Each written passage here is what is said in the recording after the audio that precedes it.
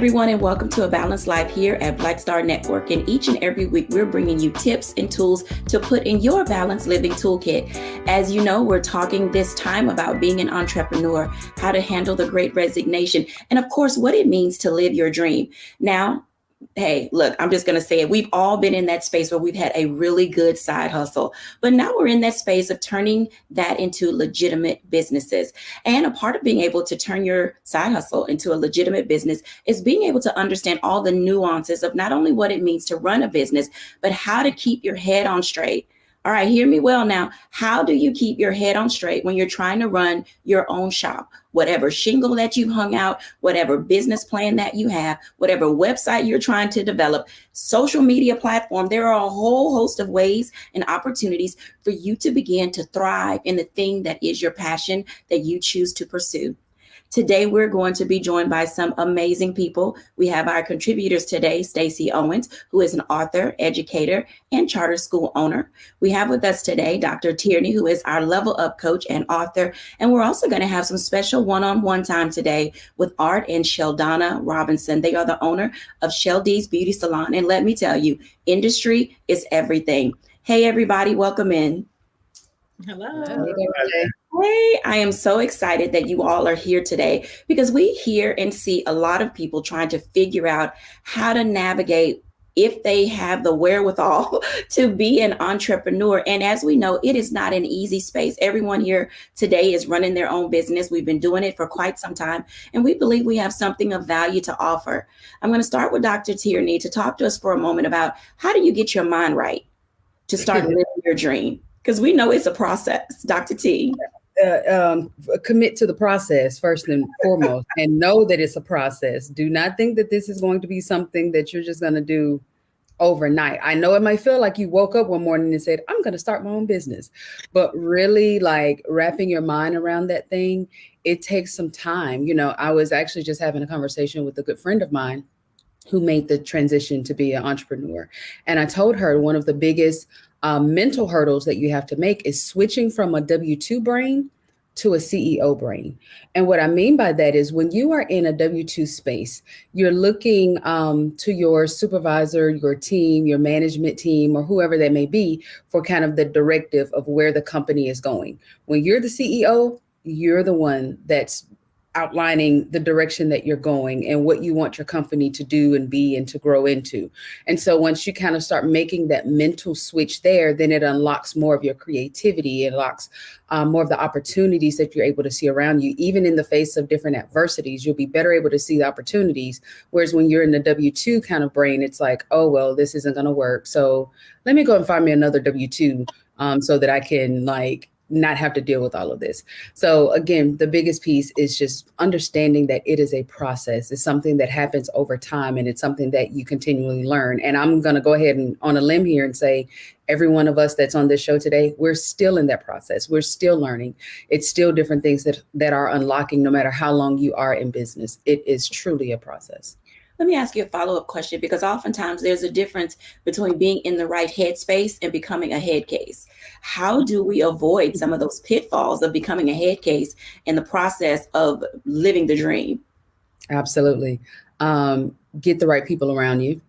Basically, we're all going to have moments where we are a head case. For about 2 weeks prior, I was a bit of a head case, but when you have the right people around you that can help you see what you can't see, that can literally look you in the face and say, okay, sugar, you're being a bit of a head case now. Like, come on, it's okay. And, can help you just really navigate that thing. That's what really keeps you from getting stuck in that headspace that ultimately will ruin your dreams and cause you to dismantle some things. It's not that we won't ever be in that space. We're all going to be in that space where we feel like, oh my gosh, the sky is falling, and, anxiousness, some depression, all of that is going to happen on this entrepreneurship journey. So if you feel that, don't think that something's wrong. That's kind of par for the course. The goal is to not get stuck there. And the way to not get stuck there is making sure you have the right people around you, be that, friends, family, be that your coaches, business coaches, be that other like-minded business owners that can walk this journey with you. Absolutely. Stacey, let me ask you this question because you're in that space. Some of us are solopreneurs. It's just us running our company and we may, contract people from time to time, but you are an employee-based business and you actually employ people. How is living the dream for you in this time of doing this and all the other things related to running your school?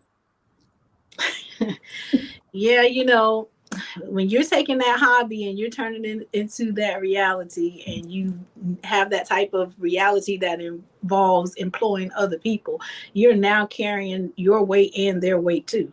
So you do have to have a commitment, like Dr. Tierney was talking about.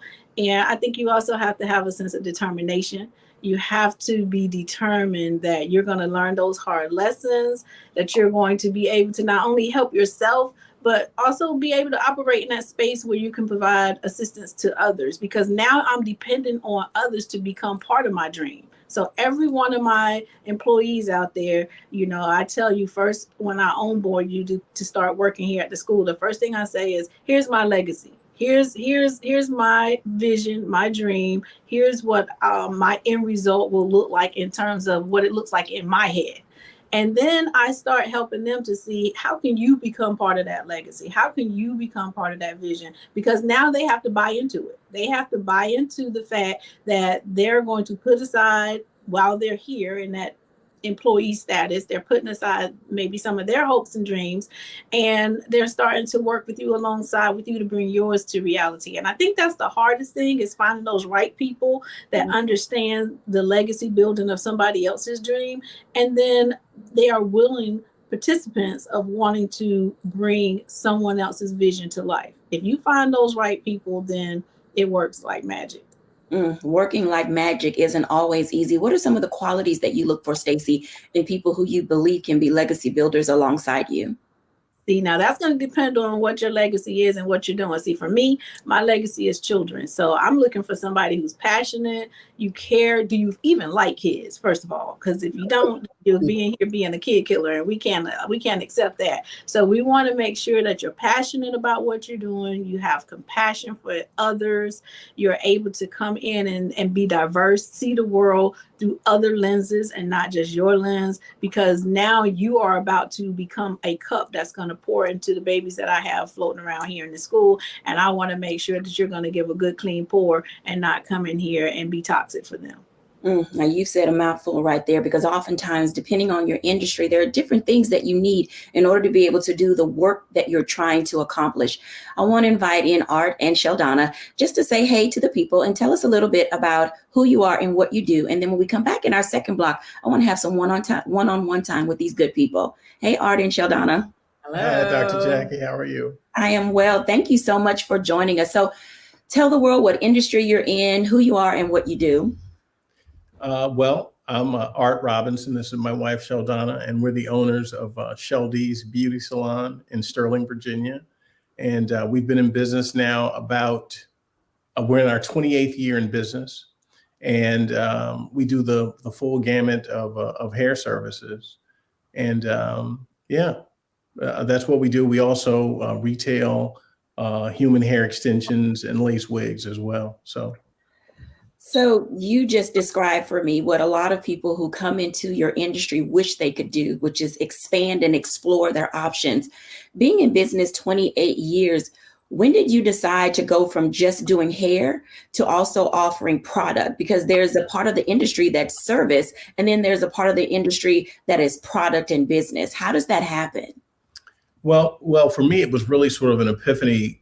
Once I determined, to be honest with you, the profit margin in selling things like extensions and lace wigs, we were buying those things already, from other outlets. And then once we, started to recognize that, hey, if we could get a high quality, stable product line that we could import, that, we could really, change the game, for our business, and for us personally. So what does that look like in terms of who went to beauty school, Sheldana or Art? Trust me, I don't know anything about beauty. I mean, I'm the complete business side, and Sheldana is totally operations. Totally operations. So, yes. So yeah, So those are two different sides of the business. When we come back after the break, I want to unpack that for a moment because many of you are out there. You may be in beauty school, hair school, barber school. You may be trying to figure out what it is you want to do with your creative passion. But oftentimes it's important to understand the operational side and the business side of your business. We'll be back in a moment after the break.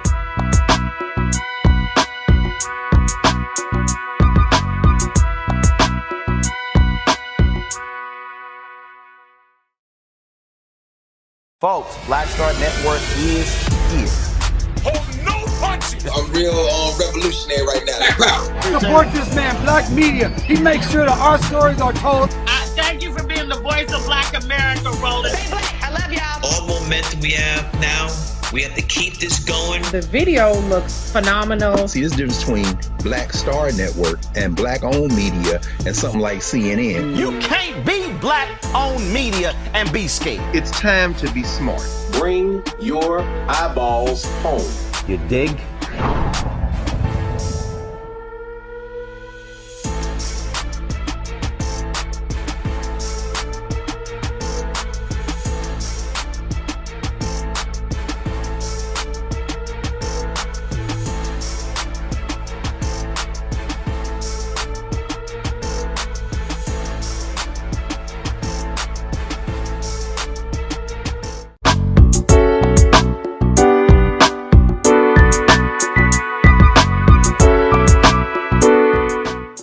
Welcome back, everyone, to A Balanced Life. And as you can tell, if you're deciding to open up your own shop, you got to bring your passion. You've got to bring your creativity. You have to have a sense of business, and you need to have people around you who can keep you well balanced as well-rounded. We're having this conversation today with Art and Sheldana Robinson of Sheldie's Beauty Salon.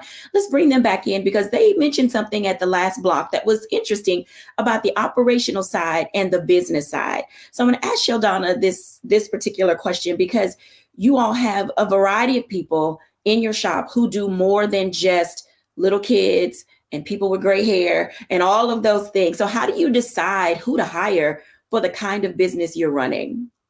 Well, we do all types of hair. So whether it's weaving or braiding or natural hair or relaxed hair, we do it all. So a lot of the girls, we always tell people to stick to their lane. Like some of them just like doing braiding. They don't like to get into, doing weaving or natural hair or anything else. So we always tell them to stick to their lane. So we always look for someone for braiders, some girls just like to braid. Then we have girls that just like to do weaves. They prefer to do weaves. Then we have ones that like to do, the just natural hair without adding hair to it. So it's a wide, it's pretty wide. And we just look for people that, what their passion is. Because everybody's passion is not, like I don't do weaving because I don't like to sew. So I mostly stick to natural hair. So we always figure out, what's their passion to do, because it's when you like to do something, you're going to love it and you're going to continue to do it. I think that makes perfectly good sense because oftentimes people get offended when you say things like stay in your lane. But the reality in business is if you're not in your lane, as Art said, you can't find that profit margin. So Art, what does that look like when you think of diversifying? At some point, you went from doing maybe one type of hair to moving into other lanes of hair care. How does an individual in your industry decide when it's time to expand? Well, for us, in terms of the types of hair that we do, that was really sort of predicated on the staff that we got. So, as we brought in more and more people, different ones had proficiency in different areas, and so that's how we expanded our the services that we provide. But in terms of the wigs and the extensions and importing that and the products, that's really just a recognition that we could, that we could really sort of cut out the middleman and, go direct and, get those items and sell them and increase our profitability. So I'm going to ask a question from a consumer perspective, because I know our audience is watching. Oftentimes people don't know where to go and who is right for them. Can either of you share how a client can select the stylist that's best for them? I think it depends on what they want. A lot of times on the phone, a lot of times it's best to come in for a consult, but a lot of times, at the front desk, we tell them to try to figure out, especially if someone new or on the phone, we tell them, what do you want? What are you looking for? Because if you're looking for a natural hairstylist, that's what we're going to give you, a natural hairstylist. If you're interested in relaxers or your hair is breaking or something like that, then we're going to give you a stylist that deals with that. So we try to make sure that we get a lot of information on the telephone first. And if we can't get enough, we ask them to come in for a consult so we can actually talk to them. So this type of consult that you do, it really does help the consumer or your future client determine what it is they want. I want to bring Stacey and Dr. Tierney into the conversation because over the course of time that I've known them, all of us have changed our hairdo. We have gone from one thing to another. And Sheldonna and Art bring up a really good point. Oftentimes we decide the hair we want to wear based on the outfit we're wearing. When we think about going to a concert, the first thing we say is, what are we going to do with our hair?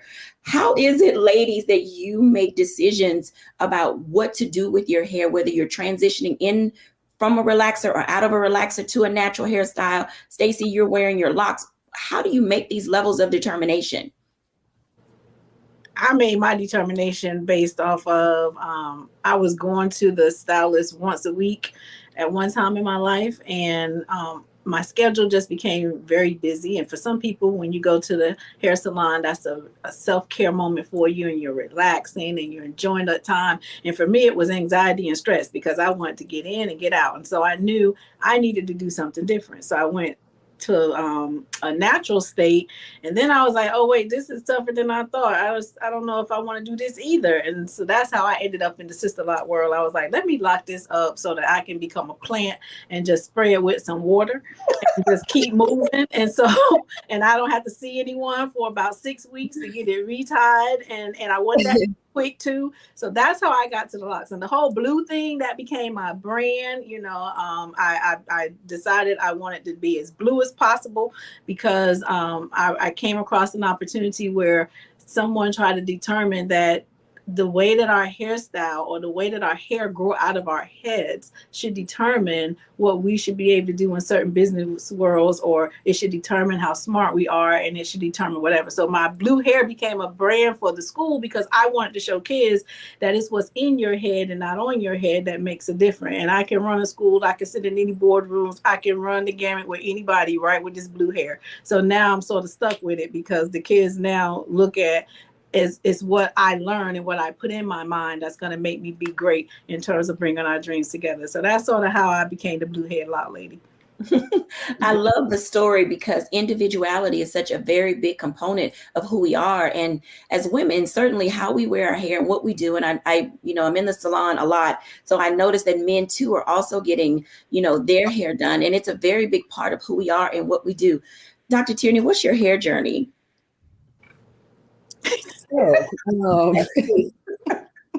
Well, so I was very much in the higher education kind of corporate space. So for years, I prescribed to your hair has to be a certain way and a certain, exactly what Stacey was saying, to exude my level of intelligence and to be accepted and da-da-da-da-da.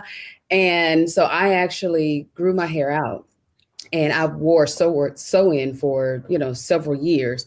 And I liked it that way. I liked, wearing my hair that way. And then all of a sudden, when I just got kicked off of the corporate hamster wheel and became the reluctant entrepreneur, I realized that there's so much more that I could do, with my hair, with the color of my nails. And because there was no one to tell me that I couldn't. And so it's like I had this grand awakening, and I decided that when I turned 40, I wanted to cut my hair back off. And so I researched for about a year, found an amazing stylist, and I looked at, his clients, because the main thing for me was just the health of my hair. I wanted to make sure that my hair, my natural hair, was healthy, and continue to stay healthy. And went for a consultation and said, okay, when I come back, we're chopping it off. And so that's exactly what I did. Chopped it off, and it's all gone, all up under here. It's all gone. And I have not loved it any more than I thought that I could. Like, I absolutely love my hair short. I love my hair long. I love everything about it because it's me. It's a reflection and an extension of who I am. And like Stacey said, it's not about what's on my head. It's what's in my head that matters. And what was important to me was to have a stylist that understood me, that's one less thing that I have to worry about. So when I go sit in Dorica's chair, he pretty much tells me what we're going to do. he was the one that said, okay, we're tired of the brown. Let's, start going blonde. And I was like, oh, okay, are you sure? And I'm like, yeah. And so that's what we did. And now he's told me that I'm transitioning to natural. So that was never on my radar because I didn't want to deal with all the things. But yeah, now she's transitioning to natural. It'll still be short and still be sassy and still be fierce, but it'll be natural. So I have no idea what's next, what the next color is, what the next length is, because I've just kind of turned that over to my stylist who I trust and who knows me, knows my style, knows what looks good. And that's one less thing that I have to worry about. And so, yeah, we don't know where, I don't know where my hair is gonna end up, but wherever it ends up, I know that it'll be amazing and wonderful because I'm more concerned with, like Stacey said, what's in my head and what's in my heart than what's on my head. I think that makes a lot of sense. I want to invite Art and Sheldana back in for a moment because this conversation, you guys have sort of turned that corner to social entrepreneurship.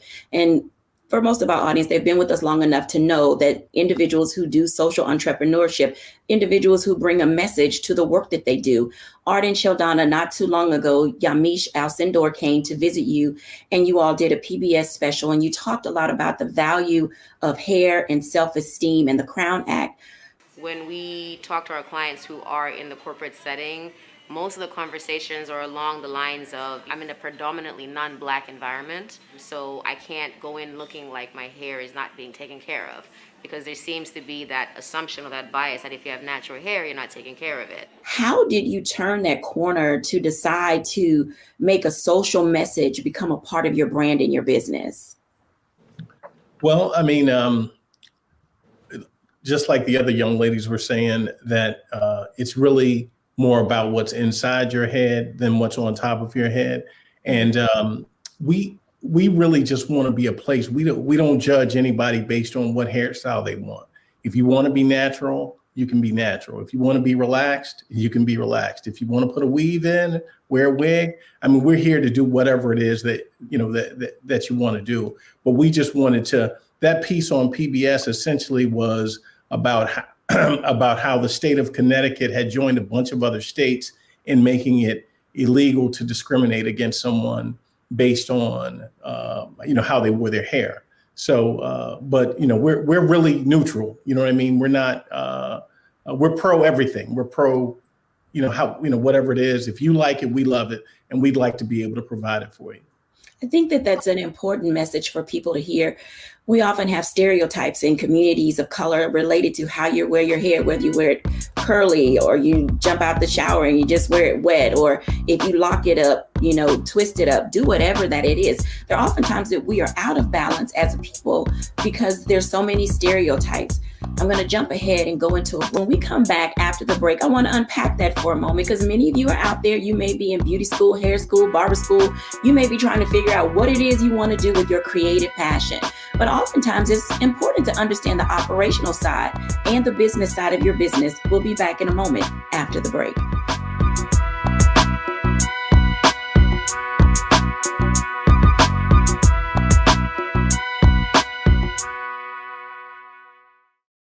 We wish to plead our own cause. Too long have others spoken for us. This is an opportunity for us to be able to speak to our issues. Y'all better understand something real quick.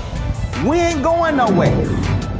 It is a continual battle that we see all across this country. Revolution will not be televised. The revolution will be streamed. All momentum we have now, we have to keep this going. He makes sure that our stories are told. Roland Martin's doing this every day. You can't be Black-owned media and be scared.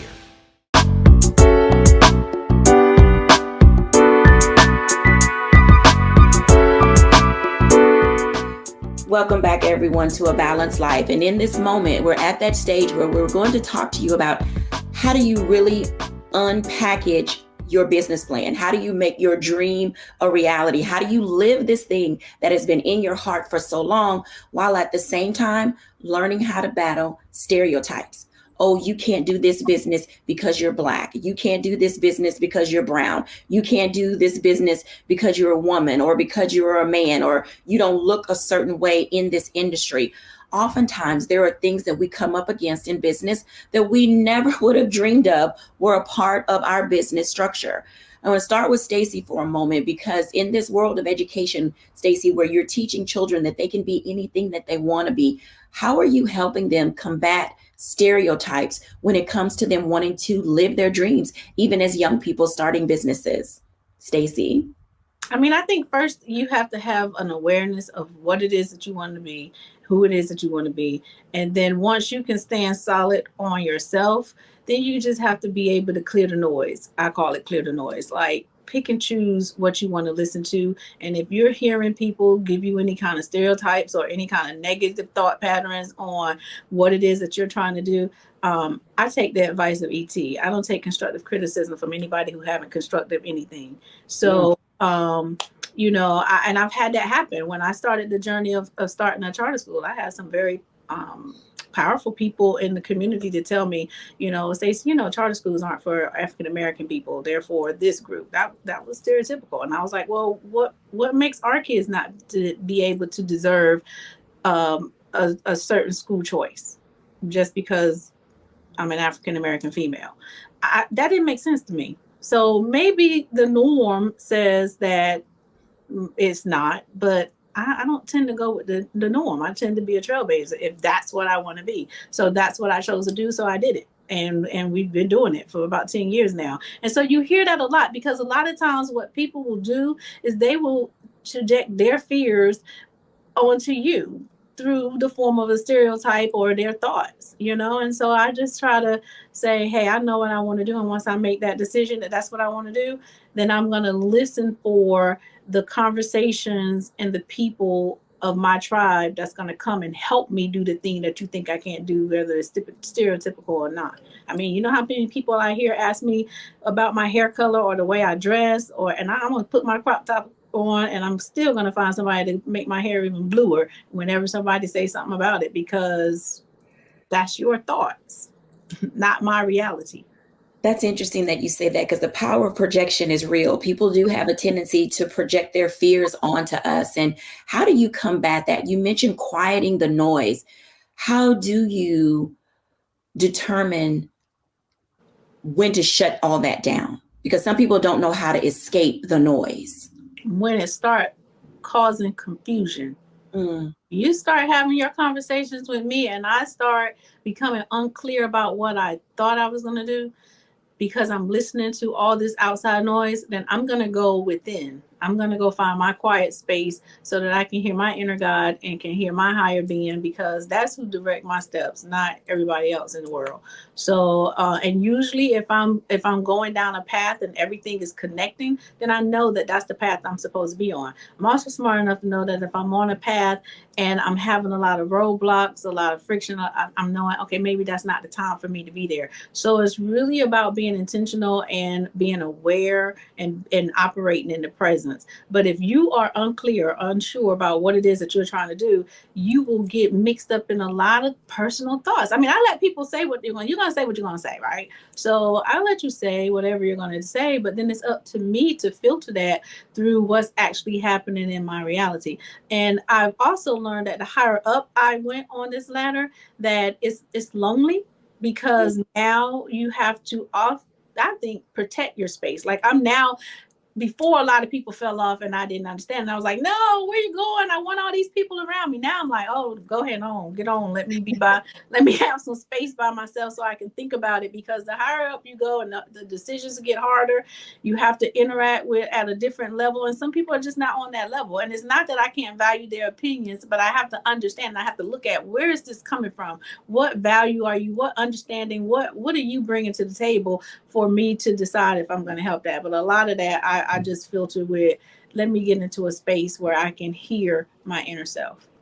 Absolutely. Dr. Tierney, talk to us about that, because so many people do want to level up in their real life space. You know, they feel like they've gotten it together. They've been on this journey for a moment. And then all of a sudden, here come Nancy Naysayer. You know, how do you manage to level up when there are people saying you need to, dumb it down? Mm-hmm. So I want to take the focus off of the external Nancy naysayers and put it on the Nancy naysayers that are inside of us. Mm-hmm. Sometimes we are our own worst Nancy naysayer. Sometimes we are the one that's applying the stereotype to ourselves. And I say that with love because I was that person, you know, after getting my doctorate degree and thinking, oh, okay, I'm about to be the president of XY University, because that was the trajectory that I was following. When everything started to kind of crumble around me, I was still working to get back into that arena because I had the stereotypical thought that because that was the degree that I had, that was the experience, you know, some of the experience that I had, because that was the direction that I was going, because I checked all those boxes, that was the only thing that I can do, you know.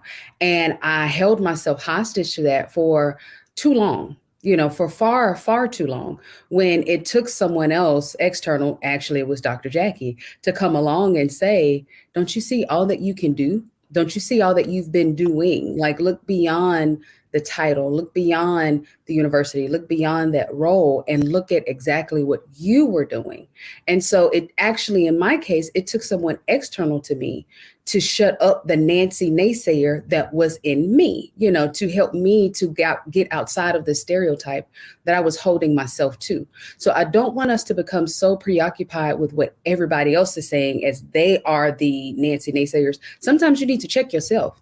You need to check what you're thinking, because you may be the one that's getting in your own way. And here again, I say it all the time. This is why having a coach is so important. Having someone that has gone before you, having someone that can show you receipts of what they've done, you know, and how they got over, you know what I'm saying? Basically how they made it over, you know, that they can show you, here's how I navigated this area of my life, or this trial or this tribulation. And here's how I can coach you to do the same, because those are the people that's going to help you to shut up the Nancy naysayer.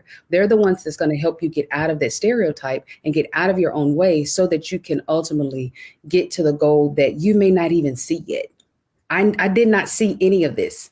I did not see my business. I did not see me being on TV, coaching, and I did not see any of this, but Dr. Jacquie did. And I'm so thankful that she did, because in her shutting up the stereotype that I was holding myself to, I've been able to bust all kinds of glass ceilings that I wasn't even aware of. So get a coach, sugar. Get a coach, sugar. I love when she says that, because I think it brings us to that space of how we grow. And I bring Art and Sheldana in for a moment, because oftentimes people don't understand when you need to grow. And not everybody is on board when you're trying to grow your business. Art and Sheldana, talk to our audience about that for a moment. How did you know when it was time for you to grow, to relocate, to, you know, build on, expand, all the things that you do? To be in business for 28 years, you're not where you started. You've definitely surpassed that. How do you know when to grow, and what does that conversation look like between a couple who is doing this together? Because family business has its own ups and down and ebb and flow, but you guys do it well. What does that look like for people looking to expand? Well, I was a Nancy naysayer. I was always the one like, wait a minute, let's don't do that right now. I was always the one said, okay, we can't be open on Sundays. So shops are not normally open on Sundays. And then he wanted to open on Mondays. I'm like, wait a minute. You know, so that was me. So I was all one trying to hold back, but he thinks he can do anything. He's like, no, we're going to do it. You know, let's do it. Let's just jump into it. And it has worked. So he has helped me a lot, you know, seeing the things that we have accomplished, you know, in the 28 years, because he's like, no, we're going to do this. We can do this. I was the one more like, you know, just really scared. But now, you know, 28 years later, I'm like, yeah, let's do it. Let's try it, you know. So this is like that marriage between what is business and what is passion. Art, how does that work? And you have the business acumen, Sheldana operational and creative. How do these things work together? Because sometimes people can't see that they can't do it alone. Help us out. Well, I mean, the biggest thing, Dr. Jacquie, is staying out of each other's way. I don't know anything about anything as it relates to doing hair. And, my wife, Sheldana probably knows a little bit about the business side of it, but staying out of each other's way and compartmentalizing. And she's, it was a little rough there initially, but she's given me the space to do what I do, which is, business and expansion and, marketing and so forth. And I don't get in her way operationally about how things go, no matter what I think. And I know just enough to be dangerous. So I mean, but I don't say anything about it. I say, hey, honey, that's your department. That's your lane. I'm going to leave that to you. You leave the business to me. So I think the biggest thing is to respect each other's level of expertise and, where you fit in, and give your partner the freedom to do that part of their job. So have you two always been in business together, or did you have different career paths at one point?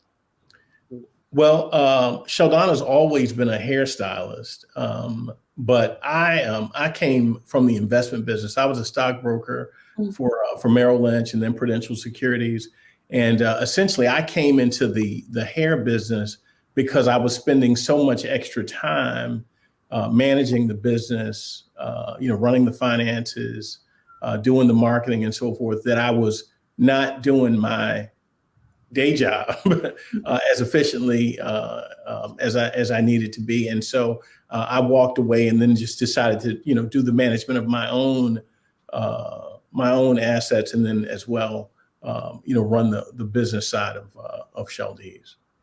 I think that what you stated was super important. So if you guys were listening, Art said that he was an employed entrepreneur. And oftentimes being a double E is the space where we find ourselves when we're trying to determine, do I leave my day job to pursue my dream, or do I take a pause and discover how to meld them together from time to time? Dr. Tierney, talk to us about that process of making the transition from my dream job, my life, what I want to do, and having to keep a day job in order to pay for my dream if I'm going to really live it.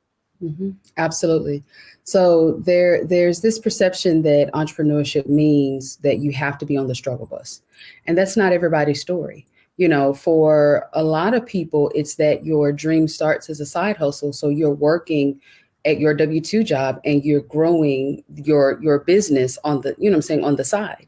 And for a number of reasons, you might stay with your W-2 for insurance pieces until your baby starts to grow, your baby being your business grows to a point to where it can be self-sustaining. You don't have to absolutely 100% quit your job in order to, totally start your business.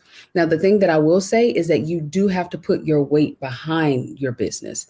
You can't treat your business like it's some hobby. You can't treat it as something that is optional, or I might do it if I get to it. If you truly want it to grow, that doesn't mean you have to totally cut off everything else, but you do have to make sure that it does have your focus.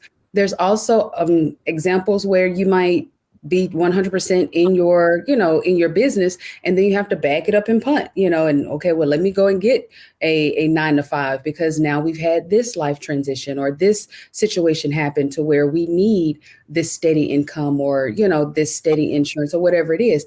All of that is okay. The road to entrepreneurship does not look the same for everybody. It is not a one size fits all. And there is no quote unquote exact right way to do it.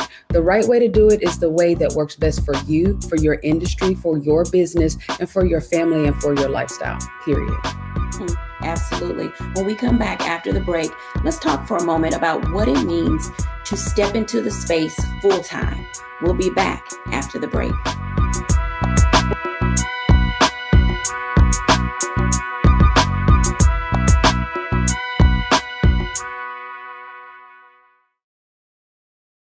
Hatred on the streets, a horrific scene, a white nationalist rally that descended into deadly violence.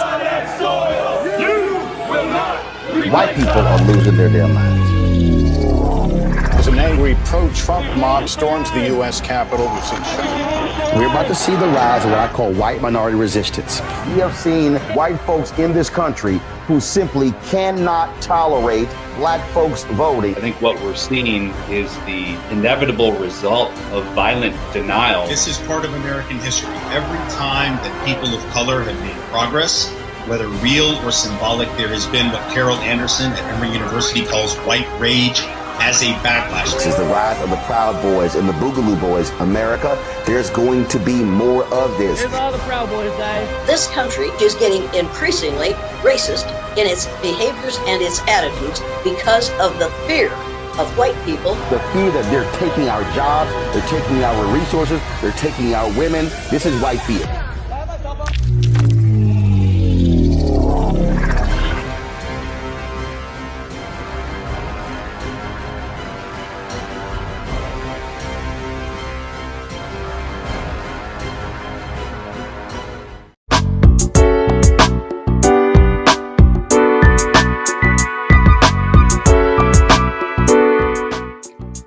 Welcome back, everyone, to A Balanced Life. And as you can tell, being an entrepreneur requires you to have your head in the game. You can't decide one day, I don't want to do this anymore. Well, actually you can, but have you given it your all before you decide to step out? I want to talk to Stacey about that for a moment, because there comes a time where you have to say, you know what, I need to pull the plug on this. And it may not be the full business. There just may be aspects and components of the business. Stacey, in your books, you talk about employees and how you work with them. And there are times when they're not all on board with where you're trying to go. When do you decide that maybe you need to take a detour in your dream in order to keep things moving forward? When do I decide to let them take a detour so they don't I love that transition there. so they don't mess up my dream? I think it just depends on a lot of things. Like, for instance, before I started Jacquie School of Arts and Technology, I was an educator, and I was working as at Smart Start as a early childhood specialist for about 7 years. And I would come home at night and be putting things in place for me to be able to get to the space of opening a nonprofit, because Jacquie didn't start out as a school. I was working on the nonprofit aspect of it. And then I was able to come across this grant. And once I got the grant, I was able to run an after school program. And so what would happen is I hired people to run the after school program, and I still went to my regular 9 to 5 because it wasn't enough money in the grant. It was only like $50,000 to start with. So it wasn't enough money that was going to pay me a salary so that I can be able to step out of my regular 9 to 5 job. And then once I was able to secure some additional funding and some of my numbers grew and I got to the point where I can move over and employ myself to run the program, I just jumped. But every day I had to work that 9 to 5, and then I had to come home and work another, 8 to 12 to work on building up what I needed. And a lot of people thought I was crazy because I was spending a whole lot of time. I was tired. I was exhausted. I was gaining weight. I was doing all that, but I was determined. I was determined that eventually this dream of mine was going to come into full circle so that I could be able to move over and start doing the thing that I wanted to do, because I knew I was, told to start a school. But I think you determine when to make your moves just off of what makes financial sense to you as well. Because I also had 2 personal kids. So I couldn't just jump and be like, oh, okay, to figure it out. And I think that's when I'm working with some of my employees and I'm telling them, like I tell all my teachers, you guys should have a second stream of income, because people love to complain about how teachers aren't making enough money. Well, you have a gift and talent. So figure out what your gifts and talents are and start you a second stream of income. And I don't ever, discourage that. If your gift and talent can carry you into becoming an entrepreneur, I think that's what you should do, because if that's what you want to do passionately, you should strive to do those things. But I think you have to be, you have to make an assessment of when the time is right for you to fully transition, and make sure that when you do that transition, you're willing and ready to take all the good, the bad, and ugly that's going to come with it, because you're going to have some good times and you're going to have some hard times. You're going to have some setbacks. You're going to have all of that. And if you are not determined, then what will happen is you'll find yourself out in this entrepreneur boat, and you'll be remembering what it felt like when it was just a hobby, and it'll be easy for you to revert back to hobby status. So it really just determines on your grit. Like, what do you want to do and how you want to look, so that you'll know when you want to jump. And you make a very valid point, because sometimes we don't know when things are going to change. Art and Sheldana, we went through this pandemic and your industry was impacted by that. Talk to us about how you managed to stay the course during a pandemic, which was for a really long time. What did that look like for you and your industry? Sad. Yes. Sad, yes. So essentially we were closed down for 12 weeks, 11 or 12 weeks. And it was a struggle. It was a struggle. But I mean, we've been, luckily for us, we've been in the business and have had some success for a while. So we may not have had it as difficult as some other people, but and then the other things that were available, PPP and EIDL, and then there were grants and so on and so forth, and some things that we were able to utilize. But yeah, we knew that that we have a solid business plan, a solid business, and that we'd be ready to rock and roll as soon as they open back up. But it definitely was looking difficult there for a while. Now, you all, especially being in the hair industry, some companies, some businesses, hair salons didn't recover because they didn't take advantage of a few of the things that you offered. But one of the things that you all do offer is great customer service. How do you help people in the industry help their clients understand some of the things you go through? Because oftentimes clients don't understand that it's a business. Outside of being a beauty salon, there's some real dollars and cents attached. How do you help clients and people who need the service, want the service, make the decisions to stay the course with you? Well, I mean, one of the things that I try to do is, I try to explain. I don't have a lot of day-to-day interaction, but I try to, explain to Sheldana and our other staff to just to let people know that, we're never going to be the cheapest game in town just because the amount of overhead and because of the level of service that we try to deliver. And we just try to explain that we're not Food Line. We're more like Wegmans, So you're going to play. It's going to be a slightly higher price point, but you're going to get incredible service when you come here. I can appreciate that. So for those of you who are not in the DMV, who do not understand Art's analogy between Food Lion and Wegmans, it's the difference between Safeway and Randall's, the difference between H-E-B and Kroger, or the difference between going to Edgar Drugs, Walgreens, Dwayne Reed, and Publix. So from wherever you are watching, as you can tell, there are levels of degrees depending on the quality of service that you desire. And so businesses who believe in what they do, companies who appreciate their staff and their clients will go the extra mile to make sure they're continuing to offer service, whether we were shut down for a pandemic, whether you are in a space or area where there was a hurricane or a tornado. Companies who believe in who they are and what they do will go the extra mile for their people because they not only believe in living their dream, but also the way we look helps us live our dream. Let's talk about that for a moment as we're kind of winding down. How important is it how you look when you go out? Dr. Tierney, talk to us about the power of presence and self-esteem that's attached to it. Absolutely. So I am my brand. So when you see me, you are seeing my brand, my business, and I carry myself in a way that when you see me, you know pretty much what you're going to get when you interact with Dr. Tierney Enterprises, LLC. From my website, to my processes and the systems that my clients interact with when they are doing everything from scheduling their session all the way down to payments to reminders and everything in between. It all connects. I want to make sure that when you see me, you are seeing a reflection of what you would receive when you work with me, particularly with me being in the life coaching space. It's a very intimate process, and so I want to make sure that anytime you see me out and about, that what you see is what you get. You never have to worry about, well, I saw her on a Balanced Life and I kind of saw her on Instagram, but when I saw her in person, or, her website says this, or it looked like it was easy, but then child, it was so many back end, it was so confusing. No, I always think about the end user in every aspect of what I do and how I do it and how I show up. If you are lacking that confidence piece, if you are lacking and feeling that imposter syndrome and the insecurity, it's going to show up. It is absolutely positively going to show up. This is why it's important to not just dress up the outside. It's not enough just to have a really pretty website. It's not enough to have your hair styled and wear the right clothes and say the right things, when you're in front of the right people.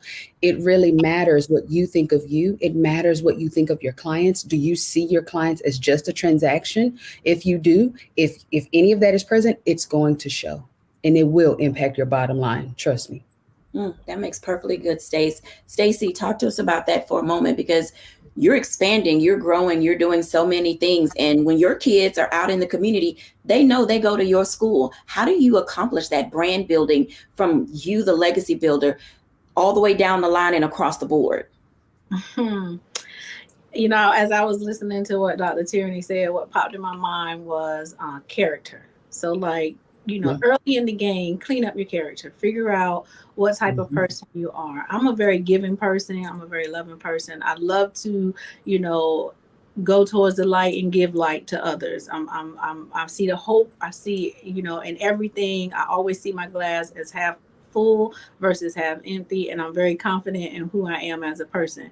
And every time I interact with a child or a family, I'm always looking at it from a standpoint of what can I give to you that will help make your situation better and help you be able to be in control of making your situation even better. So my character traits within me is something that, I had to work on over the years because it was there, but you don't know it. And you may not always operate from that side, and you can't articulate that so much. So now I'm in a space where I can do that. And then when you go down to your brand, with the population that I serve, you have to be relatable. You have to be somebody that they can relate to. So I'm just a little old poor girl from the hood. I'm going to always be that person, right? I'm going to always be from the hood, but I don't have to be of the hood. So I've learned how to operate in different settings. And so when I said earlier that there's people in the community who might say, well, I don't like the way she dressed, because you catch me when I'm not at my 9 to 5. I might have on some jeans and a crop top of my brand, right? It's respectable, but that's just, I'm still young. That's what I want to do, and that's what I'll do. But I teach kids that, and I teach people around me that is how you interact with people, is how you interact in your situation that's going to make a difference in the lives of others. Because of my jeans and my crop top, I can see a teenage girl who now will listen to what I have to say because she don't think that I'm being some overly PhD smart person. And there's nothing wrong with that because I'm working on my PhD and I'm almost at that juncture too. Take me in the boardroom and I'm going to have a suit on and I'm going to have, my makeup and everything that I needed to do. So for me, I can operate in any room that you put me in. I know how to switch, and I don't like to say code switching because what I'm gonna bring to you is my authentic language. I'm gonna bring to you my what I grew up with in my experiences. That's all we can bring to any table is who we are. So I've heard people say, oh, you're not going to be successful. For my 11th grade teacher, if you're still out there, who said you're not going to be anybody because of the way you slice your verbs and and use your grandmother's dialect, I'm somebody. And I still might slice a verb every now and then. So you can only bring you to the table. But what you got to do is improve you so that you can start bringing the best you to the table, right? And I've also learned that if I come to your table and you don't want me, I'll create my own table. So I think that that's important, being able to create your own table. I want to give Arden Sheldonna the last words in this block. And Arden Sheldonna, my question is, what is one tip or word of advice that you would give people in your industry to keep moving forward? You want to take that? You want me to take that?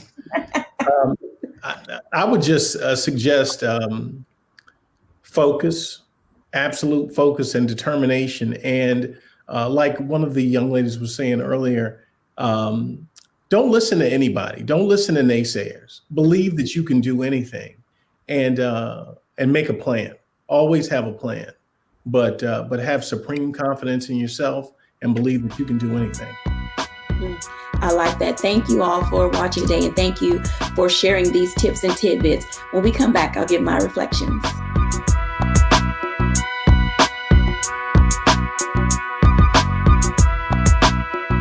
When you talk about blackness and what happens in black culture, we're about covering these things that matter to us, speaking to our issues and concerns. This is a genuine people-powered movement. There's a lot of stuff that we're not getting. You get it, and you spread the word. We wish to plead our own cause. Too long have others spoken for us. We cannot tell our own story if we can't pay for it. This is about covering us. Invest in black-owned media. Your dollars matter. We don't have to keep asking them to cover our stuff. So please support us in what we do, folks. We want to hit 2,000 people, $50 this month, raise $100,000. We're behind 100,000, so we want to hit that. Y'all money makes this possible. Checks and money orders go to P.O. Box 57196, Washington, D.C. 20037-0196. The Cash App is $RM Unfiltered. PayPal is R Martin Unfiltered. Venmo is RM Unfiltered. Zelle is Roland at RolandSMartin.com.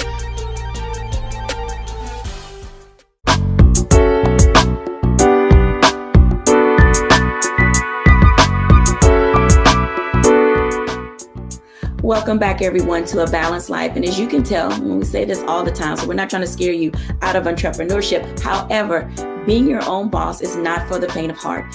It requires you to be sold out for you 100%. It requires determination, patience, and you got to love yourself. You got to be in that space where you feel as if you can accomplish anything. Honestly, we're so busy out here self-doubting that other people are really afraid of our potential. So when you see that as a perspective for yourself, it should allow you to feel as if you can move yourself forward. Keep going, keep moving, keep thriving. It is for this reason that A Balanced Life is able to be what it is able to be. From the things that I do on a regular basis to where I am now, it gives me the space and the confidence to say, I can do this and I was meant for it. And I say that to you, you can do this and you were meant for it. Thanks for watching. Bye now.